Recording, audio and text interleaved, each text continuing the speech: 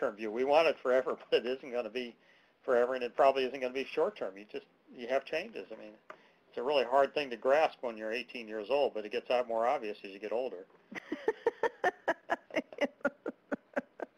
Right. Those sustainable systems are no longer resilient. Well, I think that is, you know, in taking a lesson from the environment, variability is going to happen.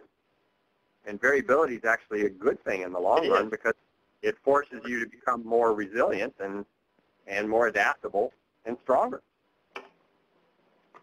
Isn't it Lance Gunderson that's working with, Lance Gunderson and Denise Reed, aren't they both working with this question of how do we as humans adapt to extremely dynamic systems where you have what we now call disasters, but they're part of the system?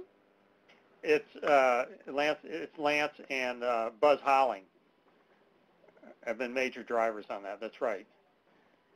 But hasn't Denise been working on the question of how do you design infrastructure to withstand that kind of a system? Yeah, yes. And for example, coastal systems have salt water on one end and fresh water on the other. And it's the fluctuations that give the character to the coastal system.